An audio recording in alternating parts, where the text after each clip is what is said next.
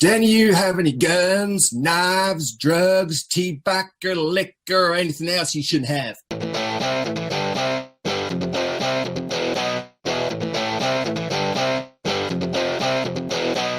Welcome to Makers International, a podcast of makers from 3 countries, 2 continents, and featuring 5 guys separated only by the same language.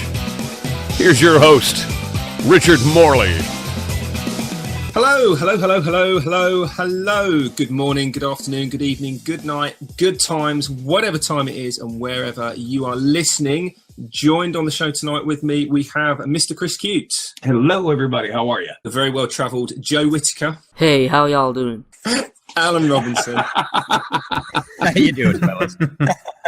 He's American now. That's it, it's already rubbing off. And he's like 2 peas in a pod, but wait, it's just that his belt's done up a bit too tight. It's Jamie Page. How you doing? Hopefully everyone's watched the Make It Matter videos and they got that little reference there. If not, go and check that out now. So some quick thank yous and shout outs as always over on Facebook, Mr. Ryan Bitters. Then on YouTube, we've got Ragtie, Robert Evans, Badger Workshop, Ian Brody Smith, Jim Dockrell, Steve French, JRH and Co, Noberry53, KSFWG, Ian Hay, Wigwag Workshop, Bob Rawson, Terry Woodcrafts, and Jason McGinn. And then over on SoundCloud, we've got Alaris, Jason McGinn, you sly old dog, getting in there with 2 mentions, and Paul Wilmore. Don't forget, as always, you can rate us on iTunes. That's really good. And get in touch with us and comment on all the platforms and whatever platform you're listening on. So have we got any random listener questions for tonight this week? Anyone? I've got one from the past that we failed to answer a couple of weeks ago. If you want me to address that, Richard. Oh, I think probably if everyone's all right with that, we probably should if we forgot it from a while back. Yeah. What was it's from a while back. Sharp Edge Woodworking asked a question. He says, I have a question that I'd like you guys to consider in regards to music that you use in your channels and copyright rules, if anybody actually knows them, and I have a clue. Do you have any good sources for free-to-use music other than the YouTube library?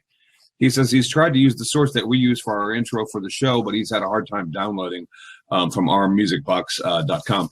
And I can actually help you out with that, my friend. But other than that, that's the question. Do you guys have any suggestions for free music use to use on videos? Let me jump in there real quick. I hate the YouTube creator music. 95% of it I won't touch. What I personally do, and it does take a little bit longer, but it's worth it to me, is I go to SoundCloud. I pick through, sometimes for hours. It can take a long time to find what you want, but I pick through artists who are still up and coming and maybe haven't made any record labels yet. I email them personally and ask if I can use their music, and they will send you a link you can put in the video, or they're more often than not, they'll just say, yeah, absolutely, go ahead and use it. But you definitely should ask them first. Don't just take anything you want off there and use it. Yeah, I mean, just to sort of reiterate what you said there, Alan, with respect to SoundCloud, I've got a couple of tracks which I did that. I downloaded from SoundCloud, and it can take days to find something that fits. So I don't do it very often. But the ones that I have had, I got from an artist who, you could download it, and he said it gave you full sort of rights to use it commercially and all the rest of it. But I then got it in writing from him, because what happened, and this is the danger. This is always the danger with this. He then sold all his tracks, bar 2. To like an MCM or a record label or some kind of third party. And all they did is they just plugged in all the algorithms into YouTube, and then I had about 3, if not 4 videos with these tracks on, and straight away they got copyright strikes from this MCN, and it was an absolute night. It all got sorted, but at the time it was a complete and utter nightmare, and I just didn't know which way to turn, and I had to basically go back to the artist, double check with him, then get it in writing, and then email the written thing to the MCN, and then add that to my YouTube claim and all the rest of it. Right. And it was quite confusing and quite daunting, I have to add. But that all then got sorted. Well, make sure absolutely that you get it in writing, because only in the last 3 days, I think, I was party to a conversation, although I wasn't involved with it. I was just sort of what listening, reading, etc. Somebody had got permission from somebody and they didn't save a copy in writing, and the person then deleted their side of the conversation and gave them a strike. And that, you know, and they went back on their word. So make sure you get it in writing, whatever route you take. That's the only advice I can give. I haven't had any problems, but now I'm a little bit worried. Having worked in the music industry, I can tell you several things about this. First of all, much like Richard alluded to, if an artist gives you permission to use their music, let's say this year, next year they may change their mind. And they may say, okay, I'm no longer going to make this free, and I'm going to start charging people on it. And they can put those kind of things into YouTube. And all of a sudden, your videos that you did a year ago, all of a sudden now start getting flagged because this gentleman who provided you his music has changed his mind. And it doesn't matter whether it's the guy, the girl who created the music, or an MCM, as Richard mentioned. It really doesn't matter. And honestly, if they really, really, really want to pursue it, it doesn't even matter if they gave you initial permission. It's the fact that they have the right to change their mind whenever they want to. There are two safe ways to go about using music on YouTube. Use the YouTube library or pay for the music you use. Period. End of discussion. That's the only ways that you can feel safe doing what you're doing. If you pay for the licensing of the music, then you are indeed purchasing it, and you actually have the right to use it. Nobody can take that away from you. If you have some kind of a gentleman's handshake agreement, even if it's in writing, they can still take it away from you. It's their copyright. They're allowed to do what they want to do with it. It doesn't matter what the initial agreement was between the two of you. You could fight it until you're blue in the face. But let's be honest with you. By the time that comes up and happens, it's a video that's a year old. Who cares? You know, so, I mean, rather than just avoid the headache. If you're going to go use free music, there are a lot of places out there to do it, and you can take your chances, and a lot of people guys do, and they get away with it. I'm just saying you're running a risk because I know the copyright laws pretty well. And if you don't use music that you have the right to use, then don't get offended when it all of a sudden gets taken away from you, because that is always an option. We're talking like $1, $3 for a track too, right? Yes, we are. Twice in the past that I've asked guys, they said yes for $1, and I was like, yeah, whatever, $1, yeah. Sure. Pay for it. Pay for it. If you want to use it, pay for it. If you don't want to pay for it, then use the YouTube library. Awesome. Yeah, and you know what's the worst that's going to happen? Really, you go, I really don't want the headache. I'll just, because YouTube gives you the option just to wipe the music, just to keep the video up with all its, you know, views and stats and all the rest of it, just muted. So yeah, leave it up. That's what I'd say to people. I mean, the videos I had with this music, the two tracks that I was using that I'd been given permission for, they weren't part of the thing that he'd sold, but the MCM had just blanketed all his tracks, everything. Right. That was where the headache came in. And he was like, no, it's a mistake, and you know, it's one of these things, and it was sorted out in about a week. But it was, at the time, I was like, I don't know what to do. But genuinely, it's not that big a deal, I don't think, in the long run. So, Sharp Edge, if it helps you at all, I will put 2 links into our show notes. One of them, the name is eluding me. The other one is called epidemicsound.com, I believe. I've used that many times. You have all the same rights you have on YouTube. It's meant for YouTubers. So hopefully one of you guys can remind me to put that in the show notes when we go to upload this episode. There is a couple of makers as well that are doing it. You got Nighthawk, Dale Forsyth from Wacky Woodworks. He does free music, and I believe Ryan Bitters from Waylight Creations also does it as well. Doesn't he? Right, well, I mean, either way, that's even better. And keep it in the community. Support another maker, and then you haven't got the headache either, have you? So yeah, that's great. Oh, Eloy Escajada makes awesome music. And and I've heard of guys paying Tim Sway to use music that Tim does too. So I mean, there's a lot of people out there. If you were looking for options, it's just, most of the time we're looking for a certain feel, a certain song, and we end up going through libraries to find the exact song that we want to use, and so. It's difficult, but there you go. If you're looking for music, Sharp Edge, then you know what? Join the adventure. That's pretty much what we're trying to tell you. Awesome. So I think that's definitely flogged that horse to death. So Joe, you're our topic this week again. What's all this travel excursion escapade you're up to? What have Just tell us all about it, because we don't know either. Well, it's been an amazing opportunity that I've just jumped into, really. Doing this YouTube thing, creating videos and everything, as a lot of you will know, you get people watching from all around the world, all different walks of life, and you meet some amazing people. Well, a lot of people have actually offered to put me up in different places around the world, and I'd love to take everybody up on the offer. But there was a couple, Shane and Tammy, who actually live in Arizona in America, and I've been talking to them for a long while now, and they offered to put me up for 7 weeks. 7 weeks? Yeah, 7 weeks. So I'm over in Arizona at the minute. I'm staying in Kingman, and I'm having a great time. The scenery, I'm sitting here at the moment, recording this podcast, looking out the window, surrounded by mountains. So what are you going to be doing whilst you're out there? Do you know, or are you just taking it like a day at a time, or? Well, I'm going to be basically like seeing the sights, different sights and sounds. I'm going to be doing a few projects while I'm out here as well. So I'm going to be vlogging, like Chris mentioned. So I've took that on board. I've got my first vlog edited and uploaded, and it should be up as this podcast goes live as well. But I need to pick up the courage to actually start like recording myself and speaking out in public. I haven't really got the guts to do it so far, because I'm very like self-conscious about doing stuff like that. So at the moment it's just been more tourist style videos and stuff like that. But I'm hoping that in areas where it's overcrowded, I can get away with just doing that. In areas where it's quieter and perhaps more maker orientated, such as going into Home Depot and Lowe's and stuff like that, then I'll be able to find a quiet aisle to do a little bit of video with myself. So yeah. Oh, Joe, you know what? The weirder things have happened in Lowe's and Home Depot than seeing some guy in the middle recording himself. So do not be afraid of that.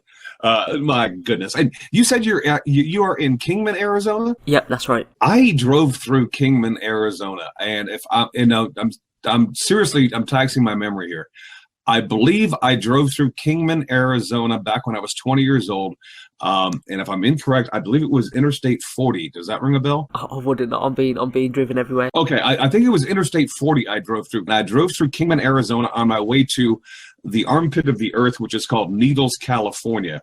And if anybody's ever lived in Needles, California, and you're listening, I apologize. But, I love you. You're probably a great person, but your town...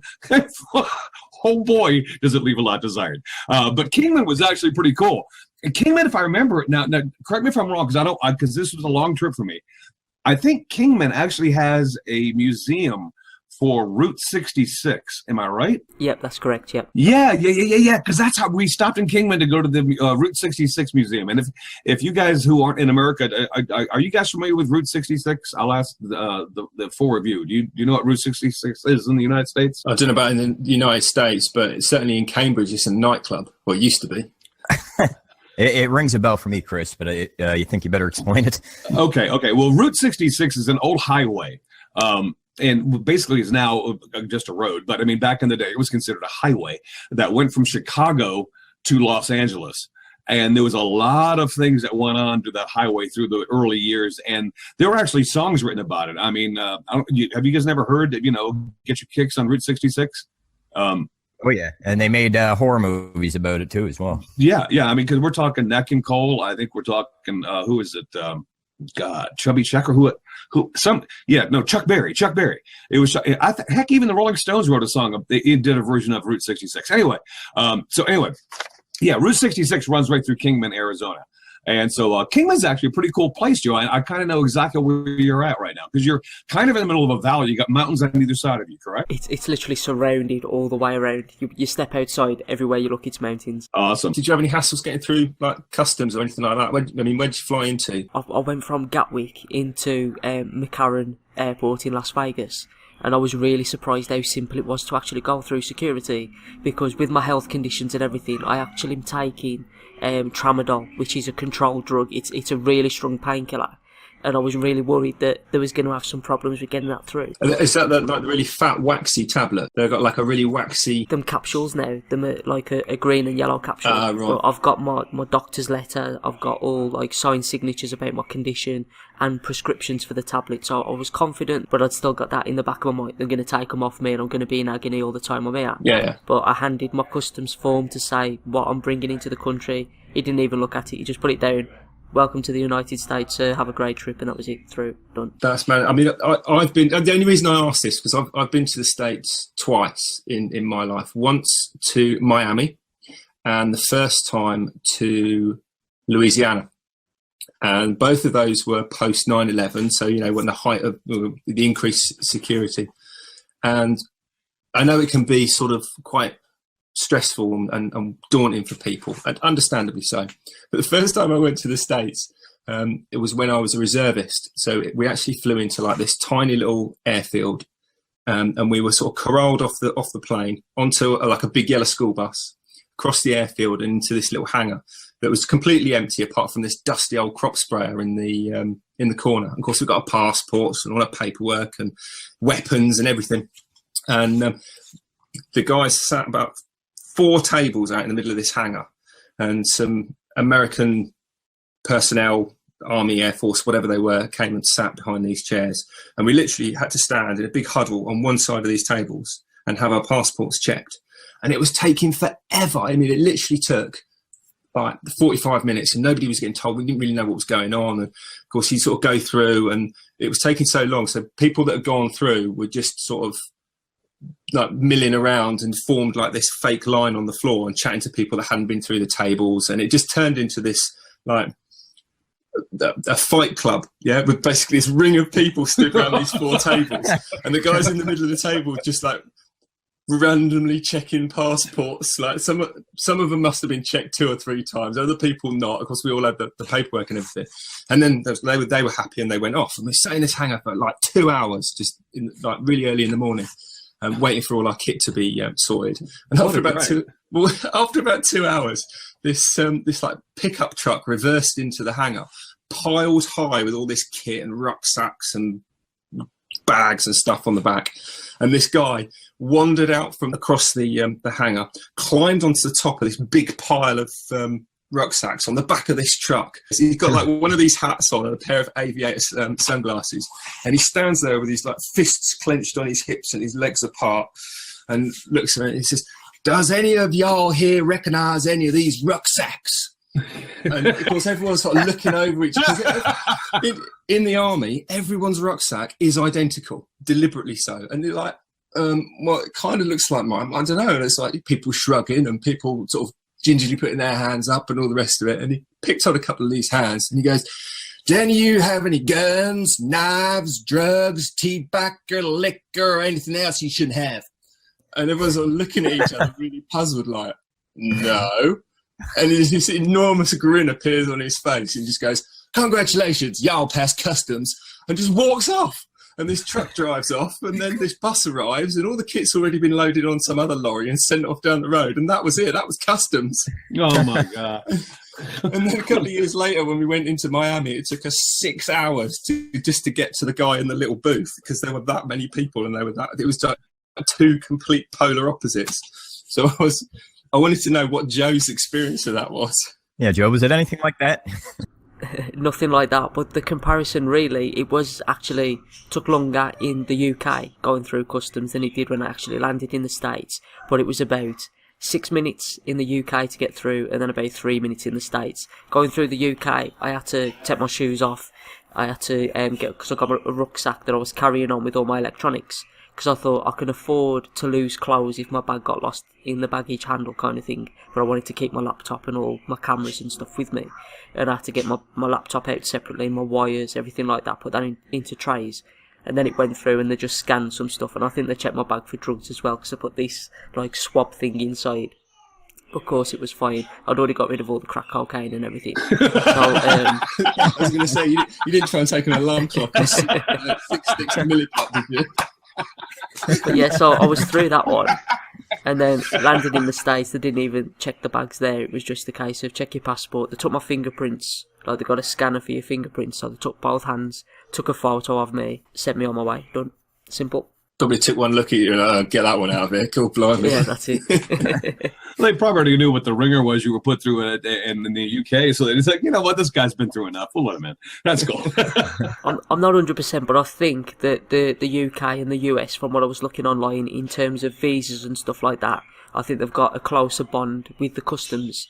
So I think that they put a lot more trust in each other. Yeah, we do. It'd be like if Alan flew over to the U.S. It would be nothing for him to get into the United States, because Canada and the U.S. kind of shake hands really well.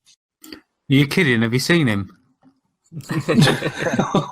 He does look like a terrorist, doesn't he? It's crazy. So what have you got planned for the next? I mean, you were there for 7 weeks. You're not coming back until right at the end of March? It's 16th of March. I'll be heading back. Oh, so is it, because I'm thinking 7 weeks. That's nearly. If you'd have been there another couple of weeks, then all 5 of us would actually be like North America at the same time. That would have been quite bizarre. But yeah, so we fly out on the same day, don't we, Richard? We do, yeah. Although we're going to different places. We're flying into. I should know this. I don't. It's eluding me. I think it's Chicago. Oh, so you're flying into the northern Midwest, and Jamie's flying into the South. Yeah, but we're going to. We've got a connecting flight because we're going to Florida. So it was. It was it. No, wait a minute. You're going to we go Florida into Newark. We go from Heathrow to Newark. Okay, that and makes then connecting flight Newark to Florida, and then on the way back we do Florida to Chicago, and then back. We definitely have like 3 hours at Newark and 3 hours at Chicago. That's a weird connecting flight. But it was way cheaper than going into Miami, because we thought about flying straight to Miami and then driving up. And I was like, I've done Miami. That was a nightmare. I wouldn't wish that on anyone. And then I've got to drive. So let's do it the other way. I've been to Miami. I know what you're talking about. It just seems whatever. I mean, I've quit trying to figure out the airlines years and years and years ago.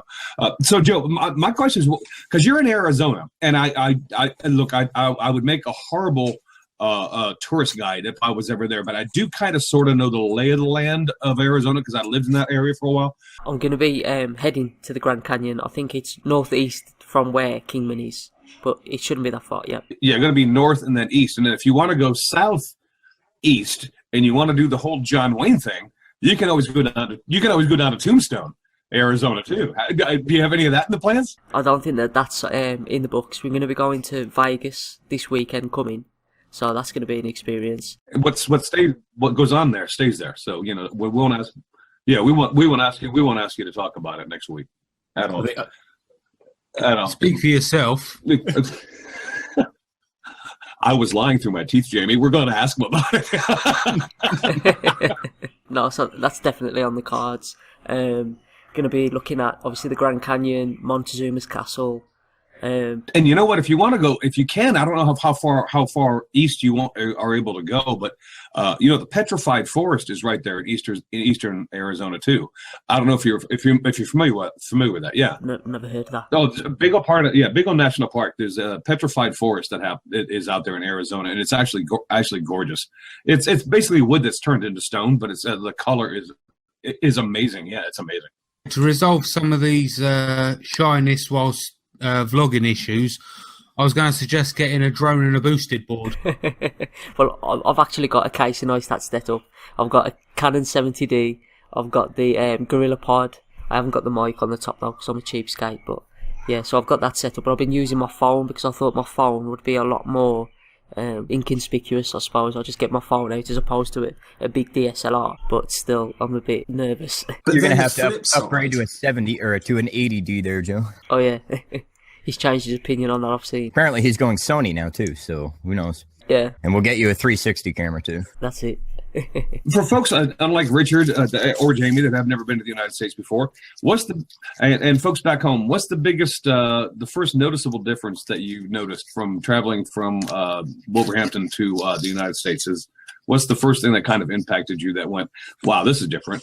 Apart from the actual scenery and the view and everything like that, strangely enough, it's the politeness. It really is the politeness. Now, I would have thought that the Brits was kind of famous for our, manners and stuff like that, but walk into any store, any person who works in that store, it's, how are you doing? And you're having a great day. As soon as you walk past them, it's have a great day, have a great time in the store, everything like that. Every single person is doing that. A stranger walks by you, are you having a good day? Yes, thank you. Everything like that. And I was trying to explain to everybody that, in the UK, it's if anybody talks to you, it's what you're talking to me for. Keep your distance, kind of thing. You've got your back up in there about everything.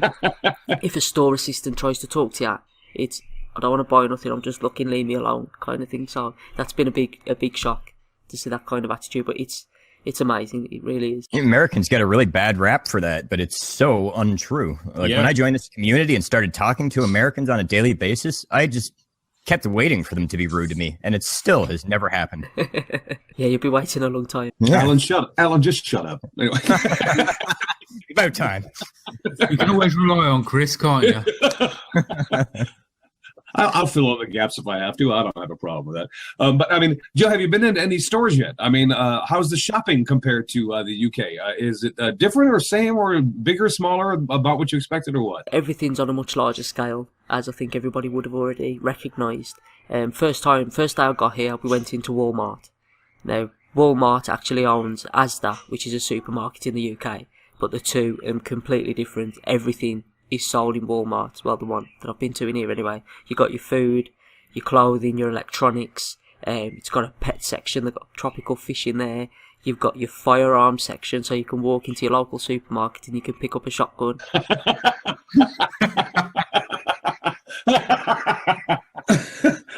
See, I was going to ask if you had been into a supermarket yet, but apparently you went to Walmart. That's What do I need? Bread, milk, 50 caliber shotgun. Shotgun. Don't like the price of these tomatoes. I'm going to argue this at the freaking checkout when I get there. Yeah, no. All right. I don't know what the sort of the gun laws are in Arizona. Maybe Chris has got a better idea of it. But if you get the opportunity whilst you're there, and somebody says, "Do you want to go, down the range or out in the back garden or whatever, and shoot a gun?" Take the opportunity. Go do it. Because you'll never get the chance to do it in the UK ever. And even if you just go bang, bang, bang, I hated that, it's worth the experience to then, because you'll never get that ever again. Ever. Obviously, unless you go back to the States again or somewhere else. But seriously, do it. Or get a balaclava. Or, Sainsbury's car park in Wolverhampton on a Saturday night, no doubt. But at least you can do it without going to prison. And then that's Richard talking to you, and Richard has military experience. And so, yeah, absolutely. If you have the opportunity to do things like that you're not ordinarily able to do, then take advantage of it. I mean, why not? Even if you hate it. I mean, it's just, what? Okay, I've crossed it off the bucket list. Okay, been there, done that, whatever. It's okay. But it's actually kind of fun if you get out there. And Richard can probably attest to this. Richard, when you were in the States and were you in the military? Did you guys ever practice shooting skeet? Shooting what? Sorry. Skeet, clay pigeon. No. It wasn't. We weren't using those sorts of weaponry. Oh, okay. So, it was just kind of maneuvery type stuff. No, it was because that's a lot of fun. I mean, you miss a lot when you first try, but it's fun to try anyway. Okay. Anyway, go ahead. Sorry. I've got to ask. What's the food that you've been eating at the moment? Is there anything you want to try in particular or anything like that? Well, so far I've had a Philly cheesesteak sandwich. I've had a French dip sandwich, which I've never had before. I've also tried hamburger helper, which is apparently a big thing in America. What's a cheese dip sandwich? A Philly cheese? A French dip. A French dip sandwich. Well, it's a beef sandwich with Swiss cheese on, and then you get a little pot of like gravy. It tastes a little bit like an onion, beefy kind of gravy. It's called au jus. It's a gravy, Richard. And then you dip the bread in and you eat it like that. But it was really nice. It's a bit like oxo and put onion powder in it. Delicious. When do you think you'll have an adult meal? Oh, Did you get a little toy with yours? Did you? Yeah, that hamburger helper, apparently that's like the easy go-to poor food kind of thing. Kind of like super noodles and pot noodles and stuff like that. But that was really nice. But the cool, like, ground beef, like what we call mincemeat, is hamburger meat, apparently. So, I don't know. Hamburger helper is a 2 to 3 times a week dinner in my house. That's what everybody with a handful of kids has. Yeah. It's like, when you have to feed a mass of people with a lot of stuff and you don't have a lot of money, it's hamburger helper. There you go. Hamburger helper or craft dinner. Don't. You probably have it in the UK, but don't forget to have some craft dinner. It's all part and parcel of the experience, though, isn't it? Traveling. You can see this and you can see that, but I've travelled with people that it's like, no, I'm having chips and I'm having cheese sandwiches because that's what I have at home. And you're like, you're kind of missing the point. You've got to just basically leave your Britishness at the airport and just dive in head first. Oh, and you know what, Joe? You are in an excellent part of the country to experience some amazing Mexican food. Oh, I'm gonna be. Yeah. Oh, I'm telling you, if you haven't, go find a local hole in the wall. Don't look for the nice established, corporate kind of place. No. Go to the mom and pop place. Get in there. Oh boy, I'm telling you, you're gonna have Mexican food like you never had before, and it's good. It's good. Well, the people that I'm staying with are going to be making me some chimichangas. I didn't even know what there was. Like, I never heard of those, so. Oh yeah, man, absolutely. So I'm going to be having those, and of course, like driving around. That's something else that's really stood out to me. Is I don't know how these businesses survive with so much competition. Just going down one road, there's like 5 burger places, like 3 burrito places, and it's like, how do they survive? Like, that would never be possible in the UK. They'd all shut down to the competition. It's not possible. There's a lot of mom and pops, and they survive because they have loyal businesses. Because you know why? They have good food. That's why you don't shy away from those places. Go in there and you'll get good stuff. I guess that's partly the advantage of doing the trip you're doing. You're doing it with actual kind of real people, for want of a better expression, rather than some tour guide saying, "Oh, it's not the same as actually." It's not a cultural visit when you're doing a vacation at all. True, because I think American culture is probably the most that's most far spread, and people think that they understand it because of the likes of Hollywood and the music industry. So we do get to see a lot of America, but to see the true everyday life in America, I think you really need to experience it with Americans. It's not something that you would get from a regular holiday over here. So like I say, it's the little things that have really stood out to me and that I'm really enjoying, the little differences and noticing them. So like, yeah, when I was mentioning about the politeness, that really stick with me, because it wasn't something that I was expecting at all. And everybody's so nice and everybody's so welcoming. I mean, like, just mentioning, like, when I've been out in the say, this is my friend from England, and everybody's really interested and wanting to know about what it's like back in England. And oh no, Americans have a deep fascination with British, and I don't know where that comes from. Maybe it's from the British invasion back in the 60s. I don't know, but I think you'll find most Americans have a true interest in what the Brits are up to. But since Richard gives me a hard time almost on every week regarding space that we live in, how the accommodations compared to the UK? You're staying in a home, correct? Yeah, I'm staying in a home, and it's massive compared to mine anyway. Do they have a 2-car garage? It's a 1-car, but compared to my shed, it's huge. I was looking around it the other day, and like how he's got it arranged. I'm sure you'll see in some of my videos soon, but the centre section, like, he's got some tools in the centre, and even just the few that he's got in the centre wouldn't fit into my workshop at all. And we've been to like Lowe's and Home Depot, and they've got some sheds outside there, and they've got like 12x8 sheds there, and I went to look to them because that's the size of my workshop, and seeing them completely empty, it's really a case of, how do I get anything done in this space? It's hard to believe. Like, I'm going to be spoiled going back home. So what you're saying is Richard has a point, and I should just hang my head and shut up. You should definitely do that. Yeah, okay. Yeah, okay. All right. It literally is.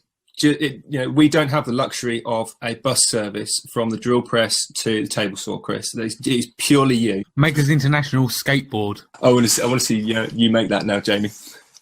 Oh yeah, all right. Yeah, hoverboard from the table saw over to you right now. I don't think so. All right. Well, okay. Point made, Richard. I take it. Okay. To be fair, even if he'd have sided with you, Chris, I'd still be giving you loads of grief for it. So Oh, okay. Well, then fine. You were stuffed either way. Hey, Joe, have you been to a good sized shopping mall yet? We went to one the very first time I arrived, but from the looks of it, I don't think that it's a huge shopping mall in terms of American size, but it seemed pretty similar in size to one in the UK. But that was literally just, let's have a look here while we're driving past kind of thing. But the likes of Home Depot and Lowe's on a much larger scale to our B&Q and Wickes and stuff like that. It seems that everything seems to be under one roof, and almost anything you can think of can be picked up in store. Whereas in the UK, for me at least, it's very much a case of, this is what I want, be prepared to be disappointed that it's not in stock in store and you've got to order online.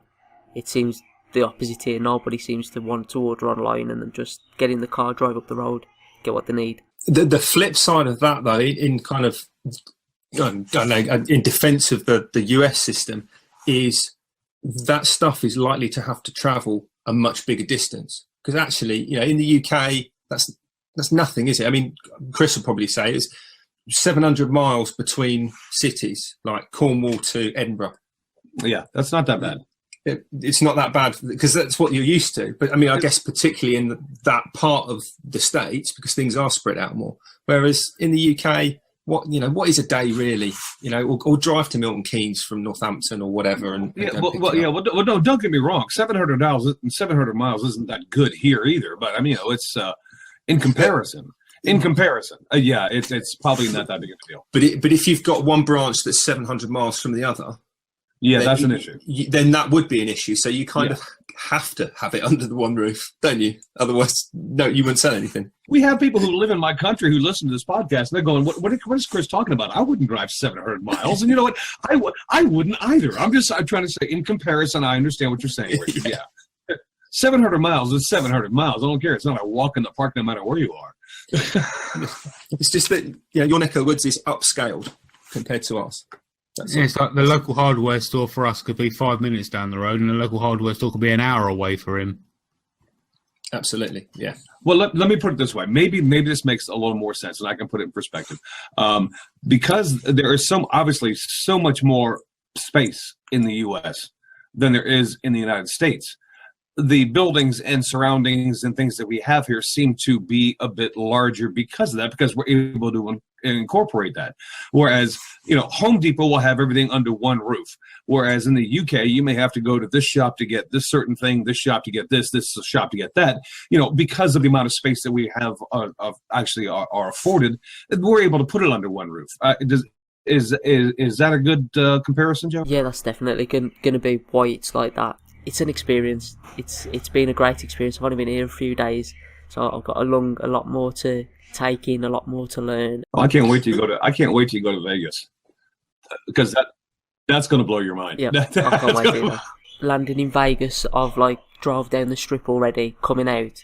So through a car window, I've seen it, and at that moment it was just so surreal, because seeing Vegas in so many pictures and so many movies and mentioned all over the place, looking out the window, it was like, am I really here? Is this really happening? Is this just a TV screen I'm looking at, or is it actually through this window right in front of me? So to be able to walk down the strip, it's going to be another experience. I mean, the people, the variety of the people, I mean, there's all in costumes and stuff like that. It's like, somebody was doing that down Wolverhampton High Street, they'd be laughed out of town kind of thing. So try to stay off the liquor, Joe. You're going to end up like one of them. I've got this vision of Joe in the back of a car with the window half down and his head hanging out like some dog, with his tongue going waving in the wind.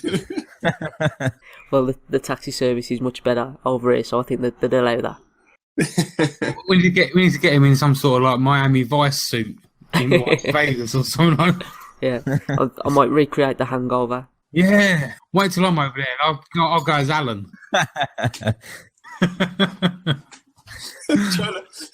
Just don't recreate Weekend at Bernie's, and you'll be all right. Awesome. So you're going to be doing some projects. You're going to be doing some vlogging, and is it a project that's coming out by the time this airs? No. Or there's a video set up? It's my very first vlog, and it's kind of wrong to call it a vlog in a way, because I decided to do the entire video of just my journey. So it's me going to the airport at Gatwick, the plane journey over to Las Vegas, and then a bit of the drive back to Kidman from Las Vegas. I thought that would be kind of a good trailer to kind of set the tone for the vlogs. I'm hoping to do one vlog every week, just as a kind of schedule. But then as far as projects and other kind of videos, those will drop in. Those aren't any type of plan set in stone this far. It's just when it gets done, it'll be done. If it doesn't, it doesn't, that kind of thing. I just want to enjoy my time here. Yeah, I mean, that's got to be the number one priority. But if you do a project, I would ask you, being as you are, according to Wikipedia, because I had to look this up just now, in the copper state, I think that's correct, Chris? Chris is nodding. You've got to do something with a bit of copper pipe or some kind of coppery thing. I think that would. Right. I didn't know that. It's got, but I didn't look at that because that wasn't maker related. Not another table though. Not after last time. Depends on where you are in Arizona as to what you call it, but we'll go with the Copper State, Richard, because that's probably the most. I should imagine that's true of most places. Wicked. Because I just called part of California the armpit of the friggin' earth. I mean, that was an Eagles. So I mean, and California in its whole is not. So it's like it all depends on where you are at the moment. Is it copper police or metal copper? Metal copper. Metal copper. I believe they're spelt the same. Yeah, the COPPER. Yeah, the coppers. But one is coppers and the other is copper. Jamie. Otherwise, it'd be Cooper. That's very true. The Cooper State. I'm not even going to argue. Go ahead. Which means they'd be making barrels, and they'd be putting monkeys like you in them. or whiskey. Just not both, I hope. Oh yeah, and I know Joe isn't like a major I don't know aficionado of spirits and things of that nature. But well, if you are here and you have the opportunity to enjoy a few American beverages, please report back to Richard and let him know that we're not the swill that he thinks that we are. I would really appreciate it. Thank you. I've got to stick to my honesty. That's always the best policy. I can't really promise that, Chris. I'm yet to try anything, but Joe, I'll mail you like $40, man. Lie, okay? Okay, fair enough. Deal. If it's called Swish, don't drink it. I've got a little story from Miami actually about booze and alcohol, which actually kind of relates more to Joe's comment about politeness and whatnot. The one thing I found is, Joe, if you're polite to the people that you're talking to, not overboardly polite, just generally polite, then they are, by comparison, what you would expect compared to the UK, over the board polite in return. They're polite naturally, but if you're polite back, then it just makes it even bigger. When I went to Miami, it was actually as a works trip with the place I was working at the time. And at the end of the trip, we had like this big sort of black tie gala dinner. And one of the girls that was seated on our table didn't drink at all. She wasn't a drinker, like completely teetotal, but there were no soft drinks on the table. So one of the people on our table, who was actually a doctor, and I really don't care if he's listening because we didn't get on that well. And I thought he was quite an arrogant individual, and he quite rudely asked one of the waitresses to go and get some soft drinks because so-and-so doesn't drink. And after about 10, 15, 20 minutes, however long it was, plenty of time had elapsed, no soft drink had materialised. So I wandered off and I was walking down the corridor of the hotel and I bumped into I think it was one of the handyman work people for this hotel. And he says, are you all right? Can I help you? Because I was just randomly wandering the corridors in a black tie, looking like I was lost. Right. And I said, explain the situation. We're having this dinner outside and one of the people on our table doesn't drink. And I was just wondering if there was anywhere where we could get some soft drinks, please. And the guy turned on his heels. He got like handfuls of stuff and was busy doing something. Turned on his heels, follow me, he says, and he wanders down the corridor a little bit. And he went into like the hotel gift shop, which was basically deserted. I think the woman was cashing up for the end of the night. Went in, said da-da-da, and she just pointed to the fridge in the corner where you could go in and buy drinks. It came out with like an armful of cans of Coke and Pepsi or whatever, and just goes, there you go. So I said, well, how much? He said, no, there you go. Have a nice evening, and went off and carried on with all these things. Oh, yeah. Exactly. And that just hammers home the politeness, and it was kind of vaguely boozy related. But you will find, let's not sugarcoat this. I'm glad Joe's having a great experience in America, but not every American is a freaking nice, polite person. We're just as much, a-holes as anybody else in the world. It's like, but for the most part, if you're cordial, people will be cordial back. But I think that's true everywhere. I don't know. I'm wrong. You guys can correct me on that. But yeah, if you walk up to me, hey, Chris, how are you? I go, hey, man, how are you? And if the next words out of your mouth are, I want to take my wife home, or, the next thing you're going to find is my fist in your freaking face. So don't think I'm that freaking cordial. I'm not. Might want to make a note of that one, Joe. Yeah, just in case. Cool. So Joe's going to be working on some projects over the next week or few.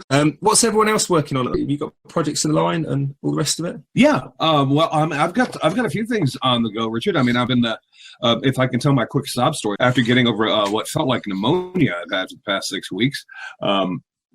Not 6 weeks, 6 days anyway. But it felt like 6 weeks. Yeah, and then I was out filming my my portion of Jason and Mai's video for the Make It Matter collaboration. The worst things that can happen to a video creator is my tripod tipped over and my camera broke. I broke my camera into all kinds of little pieces, and my tripod with it. And yeah, the video wasn't done. So it hasn't been a great week for me. I've been sick. I broke my camera, had to go buy a new one, and finally got the video done, though, by the way. But anyway, other than that, Mrs. Lincoln, it was a great play, and I really enjoyed it. And I think that Wilkes guy wasn't too bad until he jumped on the stage after he shot your husband. But other than that, I've got a brief vlog video coming out on some new toys that I bought for my shop. And how I saved some money on them. That'll be coming out sometime, probably tomorrow. After that, I don't know what I want to do. I've got kind of I don't know if I'll throw this up to you guys. Have you guys ever just had the what's the word? I want to say, it's an American. I want to say hankering. And I've had this here hankering. I've had this desire to go out and I don't know, for some reason I want to build something big. I want to construct something large, and I don't know what, but this has happened to me before, and every time it's ever happened to me, it's taken me longer to finish, and it's cost me more money than I ever intended to spend on it. But I've got this feel it's going to happen. I know it's going to happen because I've just got this feeling, and I don't know what it is yet. So I can't exactly tell you specifically, Richard, what I'm working on because I'm not sure. But I think soon, whatever it is going to be large. Awesome. Well, whatever it is, Chris, I'm sure it'll A, be awesome, and B, you'll have plenty of room in your workshop for it. So that's going to be cool. That'll be awesome. Right into that one. And it did really, didn't it? Walked right into that. Thank you, Richard. Anyway, move on. What about Alan? Are you working on anything at the moment? Because you, I hate to maybe potentially hit a sore point here, but what the hell happened with Rex? I was looking forward to that. I'm kind of having the same problems as Chris over here. I was about 8-9 hours into the video on that, and I was halfway through the scroll portion, and the scroll saw died on me. And I couldn't, we're talking 3 a.m. Saturday night, and the video is due Sunday at noon, and I couldn't, even Sunday morning, I still couldn't run out and buy a scroll saw. So video basically went in the dumps. I talked with Steve over at Temple Boy Turnings, and I'm still I still have the week to go and get another scroll saw and finish the project and still get it into the auction. But as far as the video goes, I'm just going to let it go. There's just no time for it at this point. So I think we're still going to salvage it though. So we should, the project itself should still be okay. Awesome. I mean, one thing after another though. So I feel for you there, Chris. I think from your point of view, the worst thing is you're going to actually, if it had been on any other scroll saw project, you'd have just not finished the project, and then you probably wouldn't have got a scroll saw. And I know how you feel about scroll sawing, but you've got to get another scroll saw now. I'm halfway through, and I don't. It's the only plan I had for any project for Rex. I don't have a lathe. I don't like. What am I going to build it with a table saw? I don't have anything else to do it with. It's got to be scroll saw. Well, at least you can get it into the auction as well, and carry on with the good cause. Yeah. So that's the important part. Yeah. So is that presumably you're going to be working on that throughout for next weekend as well? Yeah. Well, I'm really hoping to have it done by the weekend. I've already found a guy with a used scroll saw on Kijiji. I have to go meet tomorrow after work. So hopeful about that. Well, fingers crossed on that one, because we want to get this obviously project out in the auction and raising some money for the little blighters. So, what are you watching on YouTube? Anything at the moment, or you haven't had time? No, I've watched people from time to time. I'm going to shout out Midwest Mountain Man. Him and I are working on a small collab together, building a box for an auction. Actually, to auction that he's involved in with a nonprofit. So he's built the skeleton of the box, and he's already sent it to me, and I'm waiting for it to come in, and I'm just going to put the sides and the finish and the hardware on it and send it back, and he's going to auction it off. Cool. Us makers are a right charitable bunch, really, aren't we? Quite frankly. We tend to be, and you know what, Richard? I didn't get the chance to give my shout out, so I'm going to go ahead and throw it in right now. I just in my defence, I realised that when I asked Alan, and look, I've written it down to make sure. See, can you see that? See? So should I shut up now? I didn't ask Joe either. No, well, well, you're the host, so if you want to go ahead and ask me, then I'll go ahead. Okay, well, just wait one, Jamie. We'll be with you in just a second, I promise. So, Joe, I know you're busy because I've got to do this. I've got to do this in order, Chris. Obviously, busy brought up. I know you're busy. I'm presuming you haven't had a chance to watch any YouTube videos. I haven't at all. I haven't even had the internet up at all. So you what? You what? No, holiday, suntan lotion and sunnies. Awesome. No, cool. All right then, Chris. What have you been watching? Oh, is it my turn now? Okay, good. Yeah. Thanks, Richard. Thanks, Dad. I appreciate it. No, I've been watching this guy for a while now, and Alan will remember him because I featured him in when I rebooted Channel Pass. He was the first guy I think I introduced to him, and at the time, the gentleman had fewer subscribers than I did. The Red Smith. If you haven't checked out The Red Smith, go check out The Red Smith. The man is just awesome. I mean, he's a good guy. If you get to know him, I don't want to mention his real name because he doesn't use his real name, so I'm just going to call him The Red Smith. But he just put out a video about the Viking bearded axe that he did. A project he almost gave up on, took it out of the trash and finished it, and man, that thing came out gorgeous. So if you haven't checked in on The Red Smith, check him out. He's a great channel to follow. Cool. Because isn't Red sometimes used as a Christian name in America? Or is that a nickname? No. Actually, I had a friend that I went to school with. Her father's name was Red, yes. Because presumably that could be his name. This could be like the great 21st century mystery. But it's not. I happen to know his name, and that's not it. You're just getting your own back on me now, aren't you? That's fine. I don't mind. It's because I have such a large job. I'm able to get all these people in there, and I get to meet them, Richard. So and most of their extended family as well. Exactly. Cool. So I do apologise, Jamie. Come on, Jamie. What are you working on? Because we briefly mentioned your Peas in the Pod project that you did for the Maker, and that was cool, by the way. Well, before that, now I'm not one to judge, but did Alan say it took him 8 or 9 hours before the scroll saw broke to do that project? Yeah, but we had some video production before. No, it's all right. Anyway, I was doing the Peas in the Pod project for the Make It Matter thing, which is obviously on my channel now. So yeah, my shout out is this week is Laura Kampf. She made a wristband, which is also a multi-tool, and it is incredible. It's basically got a load of screwdrivers and all sorts of other bits and bobs, and it's all basically put together with an old bike chain, and it's brilliant. That did look pretty cool. When that was a video, it came up in my feed, and it reminded me straight away of, I think it's Leatherman that make the wristband. Yeah, that's right. Yeah, it was Leatherman inspired. Yeah, and I was like, how did you do that? And I did watch that. That was really cool. Yeah, very cool. So what are you working on at the moment? Anything good? Nothing at the moment.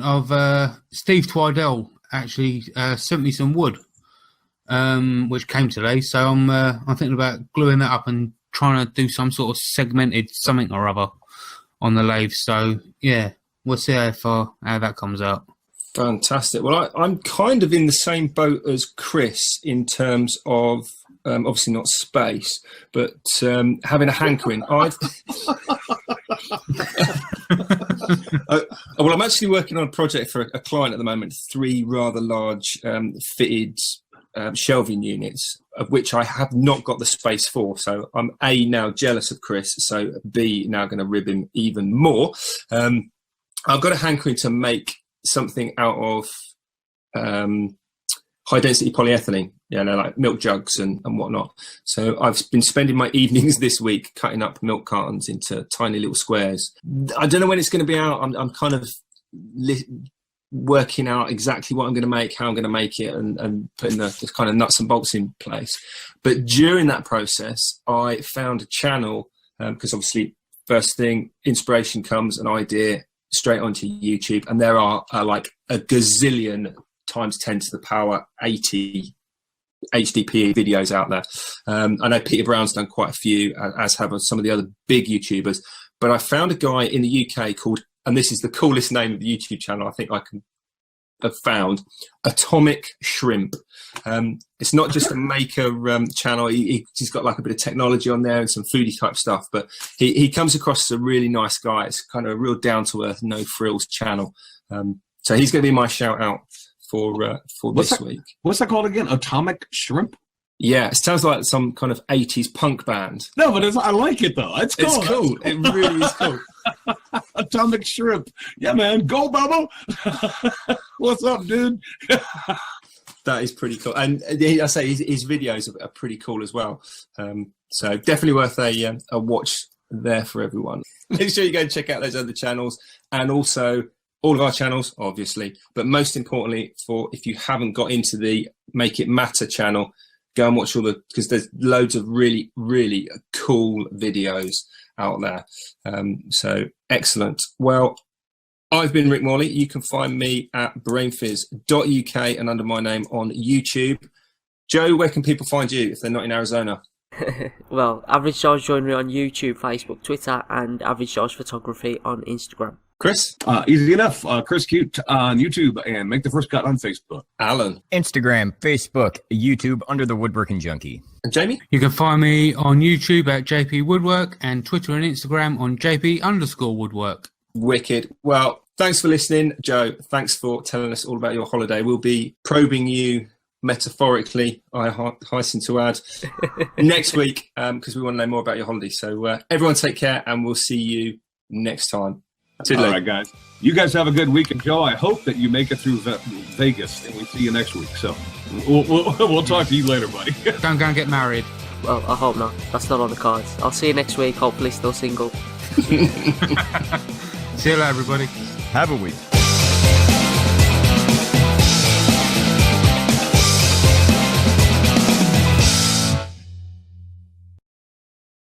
This is what podcasting is all about. Yeah, man. I just set a boot.